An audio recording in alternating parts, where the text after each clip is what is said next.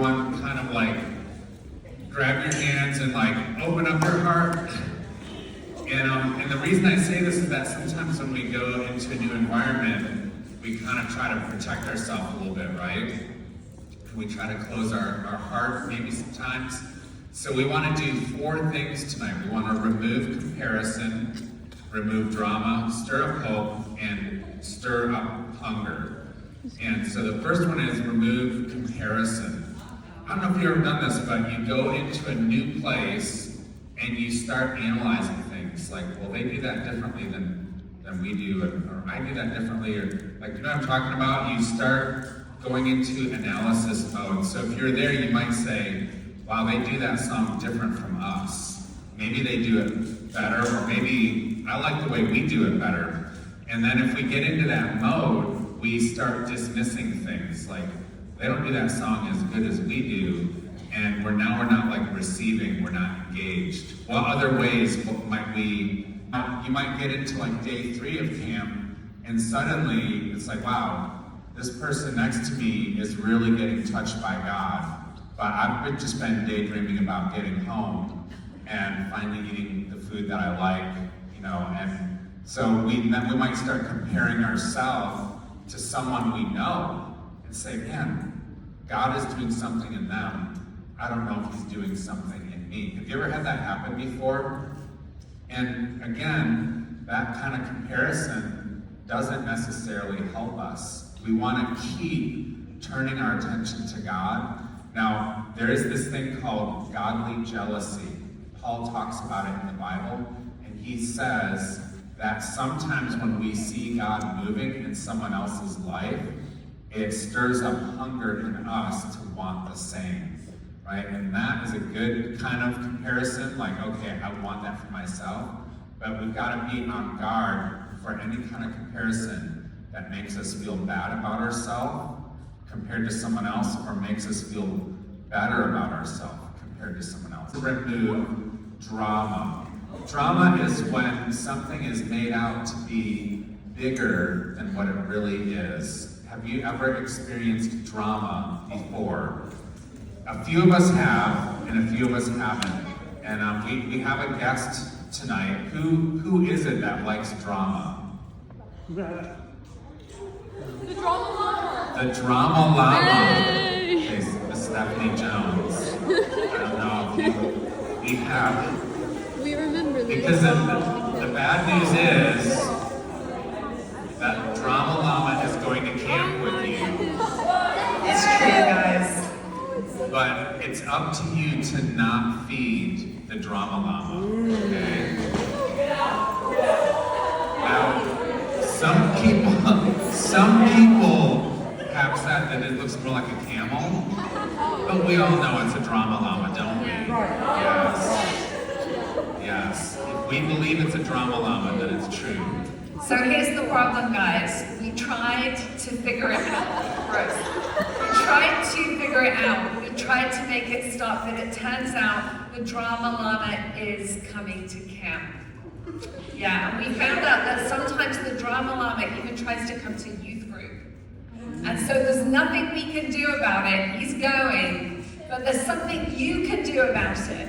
And it's don't feed the drama llama. Because if you don't feed the drama llama, he gets drowsy and he goes off to sleep and he won't cause any drama. But if he gets one bite of food, he awakens and he starts to cause havoc. So the question is, friends, what do drama llamas like to eat? It turns out the drama llama's favorite food is gossip. And it says in the Bible that the words of a gossip are like choice morsels that go down into the inmost parts.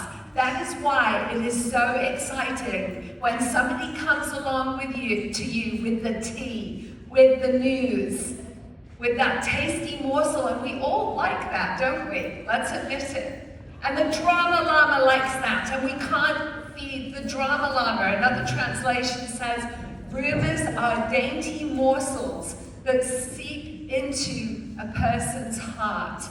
So a rumor is a tasty morsel. We cannot give the drama llama rumors. So it sounds like you're saying there's a drama llama living in each one of No. us, and we need to not feed it. Oh, Is that's that a very what this good is saying point. It's a here? very good point.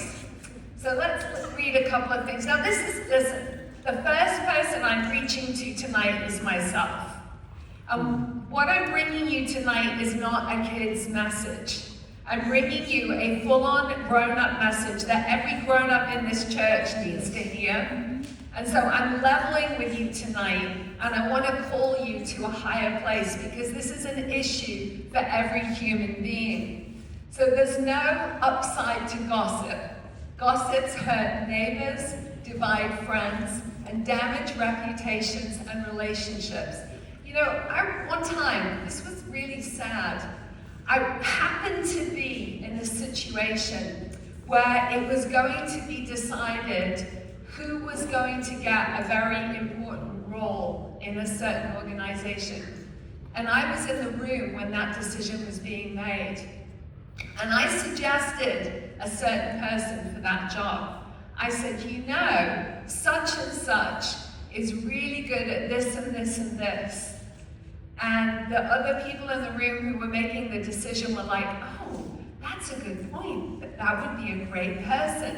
And then one person raised their hand and said, I have an objection to make about that suggestion because this person has a tendency to gossip. And everybody else in the room went, oh, you're right, what a bummer.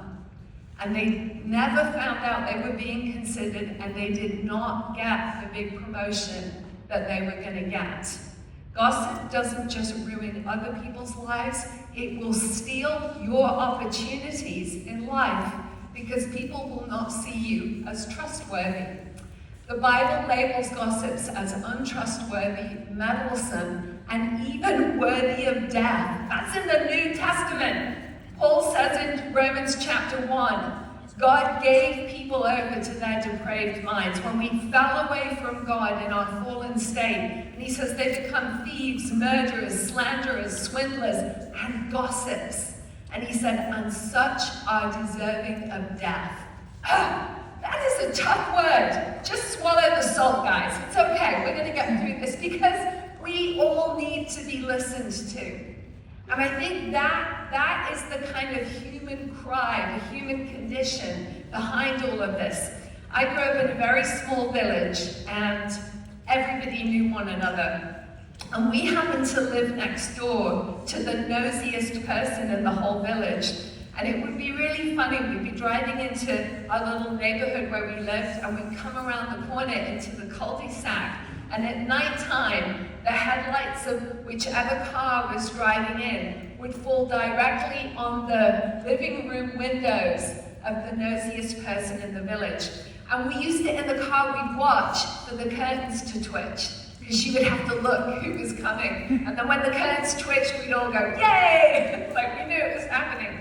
And you know, when I think back on this lady who nobody trusted, by the way, because she was always conveying information. Sometimes our back door would come flying open and she'd come running and you'll never guess what I just heard. But at the bottom of it all, I think she was just really lonely.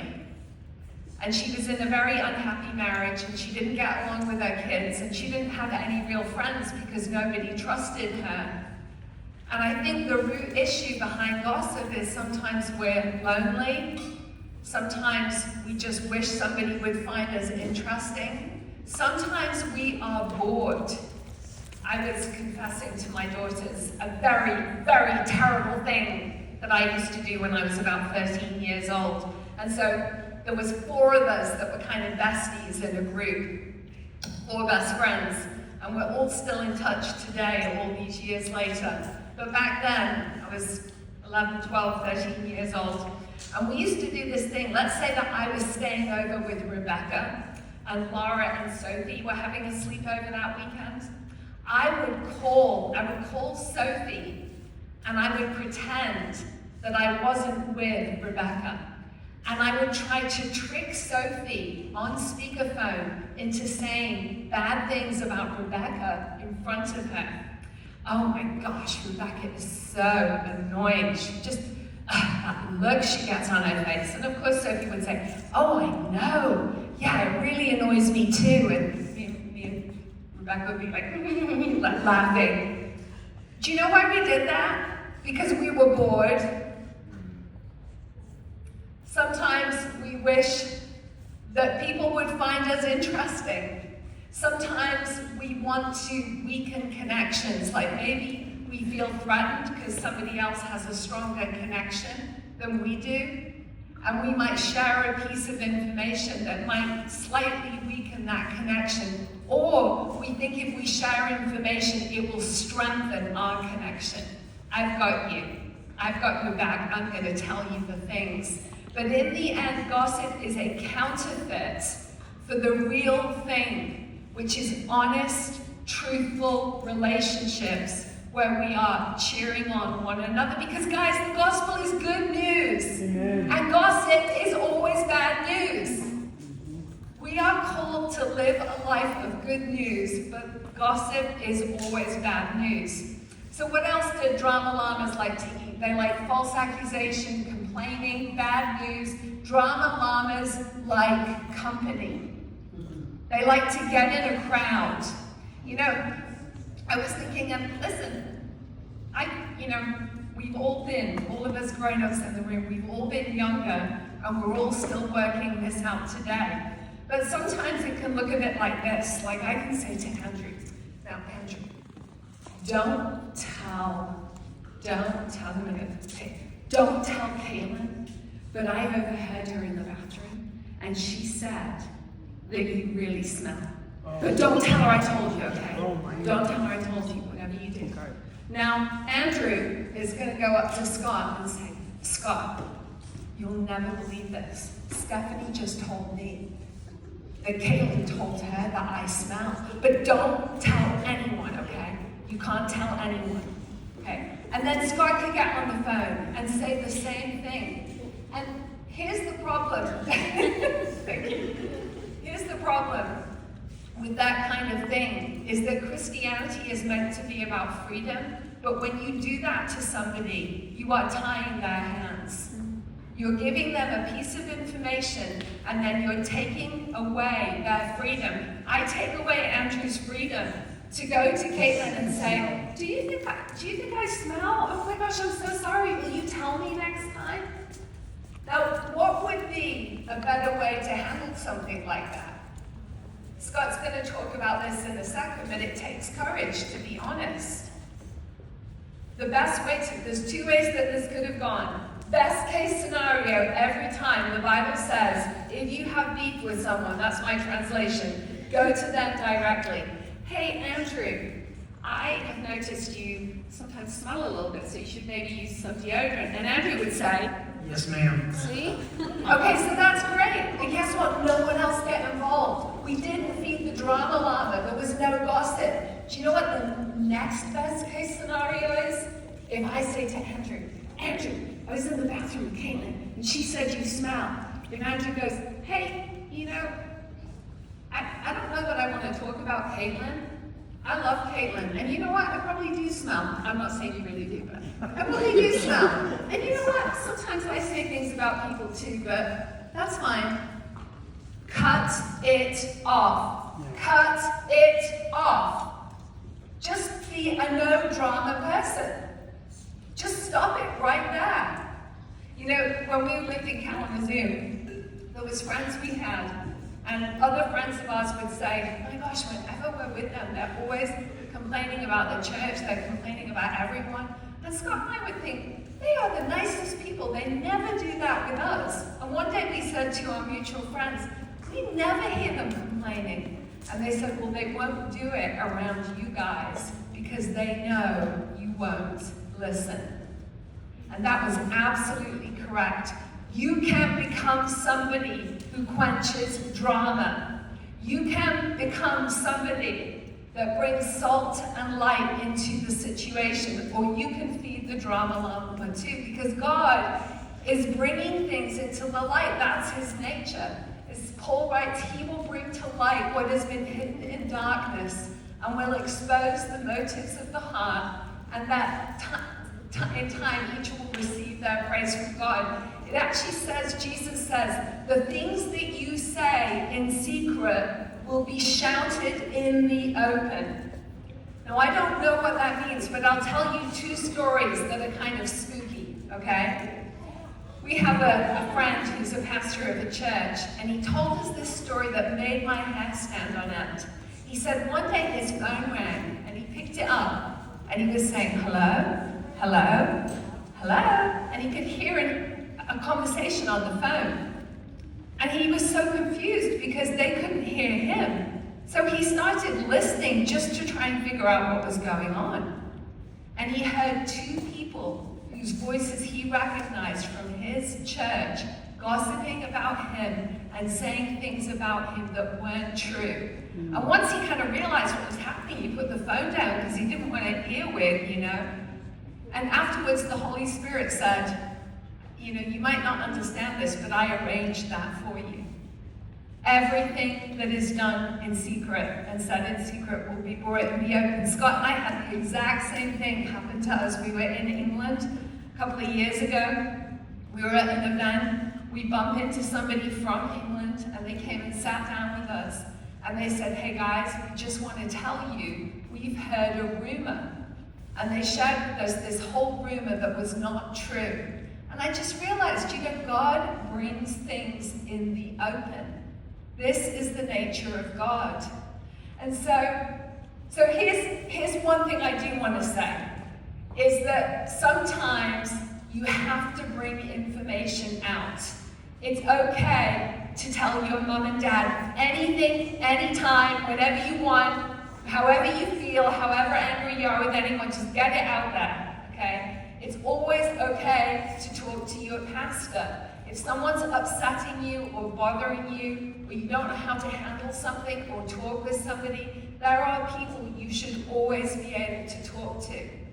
And as you get older, you will figure out who the people are in your life who you can trust to absolutely hold something confidential for you. So what we're not saying today is that you shouldn't say anything negative, because that's not healthy, because we live in a negative world.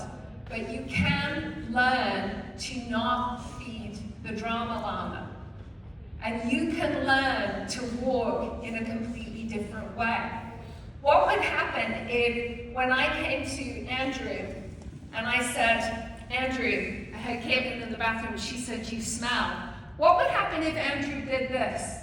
Finally, brethren, writes Paul, whatever things are true, whatever things are honest, whatever things are just, whatever things are pure, whatever things are lovely, whatever things are of a good report, if there's any virtue, if there's any praise, think on these things.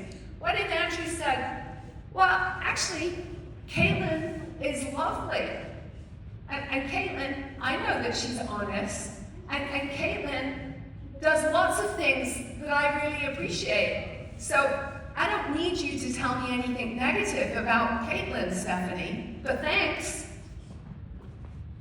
What if actually you just made a decision that for the next 2 weeks, you were not going to gossip one time, once, not even once, and you actually acted like a real Christian in the Bible, and instead meditated on what's lovely and good about the people in your life, and only said those things for 2 weeks, you could completely change not only your friendship group, your youth group, maybe your school when you go back to school this year.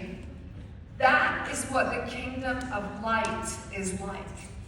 The kingdom of darkness is about secrets and binding people up by telling them things and not giving them the freedom to act on it, by saying things that you're not sure if they're true or not, by spreading rumors and false accusations. But the kingdom of light is all about this. And I want to say, when you go to camp next week, why don't you champion one another for a zero gossip camp? Do you think you can do that? Yeah. Do you think you can say, do not feed the drama llama one time? Honestly, do you think, stand up if you think you can do it.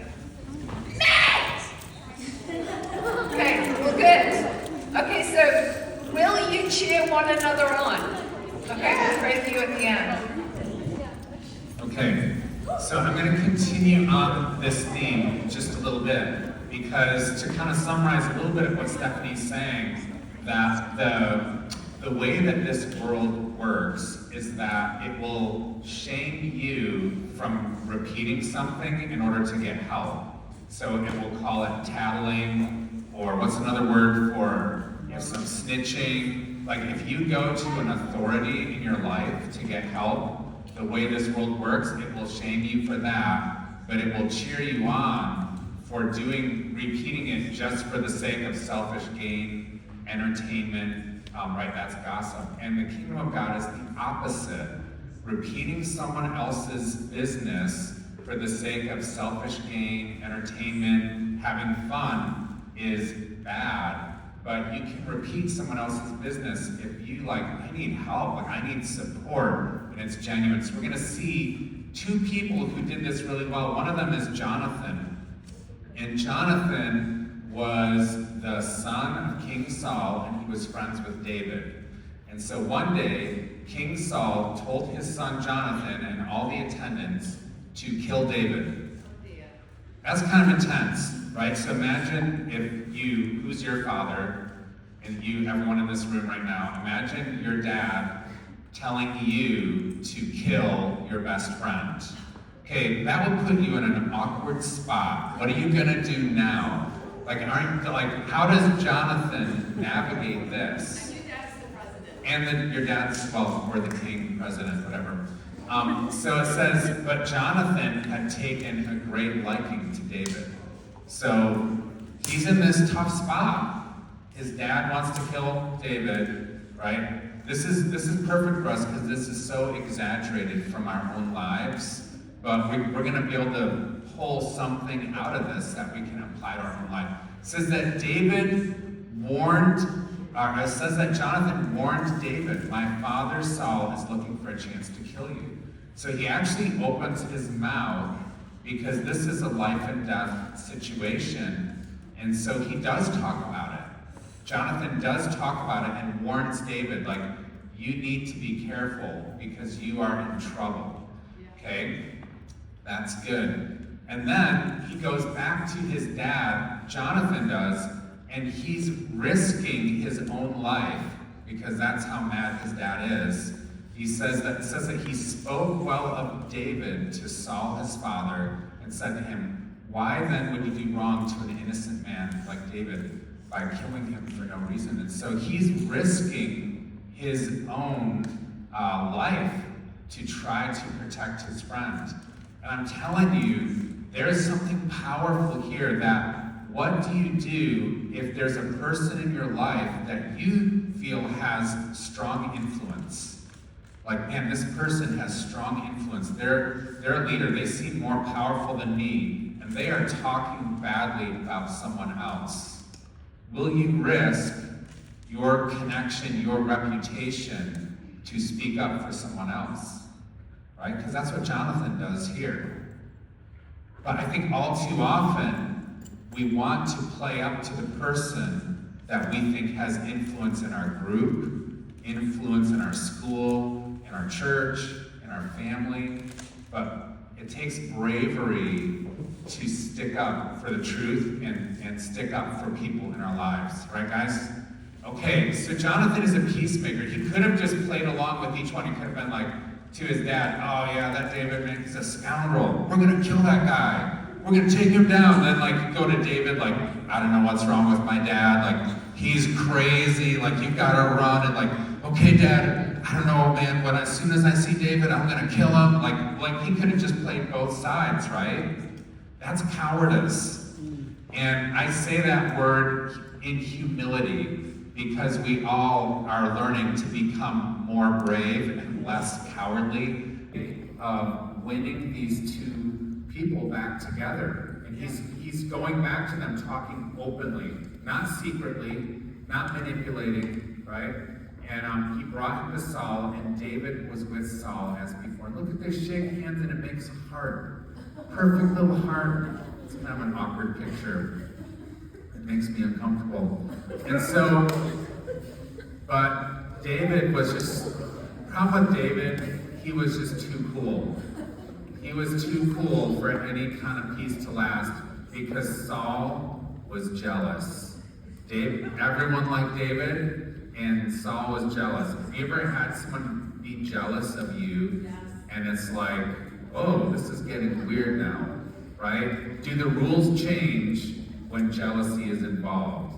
Does that, like what I mean is sometimes we feel like if someone is wrongfully upset with us, well, now I've got permission to gossip about it. Now it makes total sense. That person is freaking out, flipping out, going, now I can gossip. It makes sense. Like, what are the rules when you are in the right and the other person's in the wrong? Do you now get to gossip? No. Okay, thank you. Yeah, that's what we're going to see. So it's going on that David is getting spears and javelins thrown at him, and it's just getting closer and closer. It's in his face, and the intensity is ratcheting up. And David is looking out for his life. He is scanning the horizon. There's Saul's coming after me. And it's like getting closer and closer and closer. And it went on for 13 years. 13 years. You all know that is literally what happened. If you know the Bible story, King Saul literally threw javelins at David because he was jealous of him. Yes, so 13 years, Saul is hunting David, and David is hiding, okay? So does David now have a right to complain and gossip and speak against Saul? Let's look at how he conducts himself. Okay, here we go. 13 years later, King Saul went into a cave to relieve himself. What does that mean? It means this. And David happened to be hiding there. So that right there is a whole new level of offense. David's like, this is my home. This is my hiding place. And you come in to take a dump in my front doorstep. And he's hiding. And it's like, while he's hiding there, his men were with him, said, this is it. God has delivered Saul into your hands, and now you need to kill him. Like, because he's been trying to kill you, and he's defenseless. But David refuses to harm Saul after all this time, and instead, David confronts Saul. So he doesn't do something secret, underhanded, doesn't take advantage of his weakness, but he waits for him to leave the cave, and he confronts him face to face in a direct way. He says, why do you listen to men who say David is bent on harming you? So David is now saying, King Saul, you are listening to gossip about me. Wow. You are listening to slander about me, but I am not listening to anyone who tells me to hurt you. Wow. Okay? Who do you want to be like? Yeah. Do you want to be like King Saul? Or do you want to be like David? Yeah. Right? He's confronting him. So David's not pretending everything's okay. Now, he's not complaining, he's not gossiping, he's talking to the man who's trying to kill him. And he's like, now kids, if anyone's trying to kill you, go to your parents, don't confront them, but we can learn from this. You can confront someone who is throwing javelins at you and is against you. David's just calling it like it is, face to face, not saying it to someone else. Man, hey Saul, it's okay. Glad you had a nice bathroom break. Man, can you believe this guy was trying to kill me? He's like saying it to Saul. The Lord delivered you into my cave, in my hands in the cave. Some urged me to kill you, but I spared you. He's like, Saul, I'm going to tell you the story of what's really going on. See that there is nothing in my hand to indicate that I am guilty of wrongdoing or rebellion. David, he's able to say, there's no wrongdoing in me between the two of us. I want to live like that. I want to live where if someone was wrongfully against me, I can stand before them and I can stand before God and say, there's no wrongdoing in my heart. There's no wrongdoing in my actions. That's freedom. I've not wronged you, but you are hunting me to take my life. And then he says, may the Lord judge between you and me. So David, he's saying intense words, right? May the Lord avenge the wrongs you have done to me, but my hand will not touch you. And so he's just declaring this thing. I don't know, I just think between these two guys, Jonathan and David, there's something that we can learn from in living our lives above board and stepping into that kind of courage that it takes to be people like that. Yeah. Don't you want that? Yeah. That's what I want. So you get to live that out at camp this week, all of it.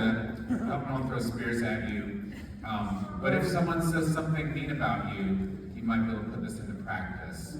Yeah. And there you go. So let's move on to our last final step is we want to stir up hope and stir up hunger for what God is doing this week, right? Next week. How many people here have thought about camp and thought about, like, you kind of dreamed a little bit about what you want to have happen? How many of us?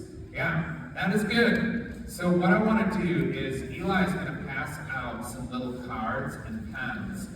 And I want you to take a minute and I want you to think about what do you want God to do at camp. Now, if you're not going to camp next week, that doesn't mean that God can't touch you and do something in your life. So I still want you to do this. I still want you to say, God, this is what I want you to do in my life next week. Okay? Does that sound good? I would say you could write it on your phone, but your phones are up here. We're gonna sell them and make a lot of money, and we're gonna get a better llama. You like this one? But people are slandering our llama, saying he's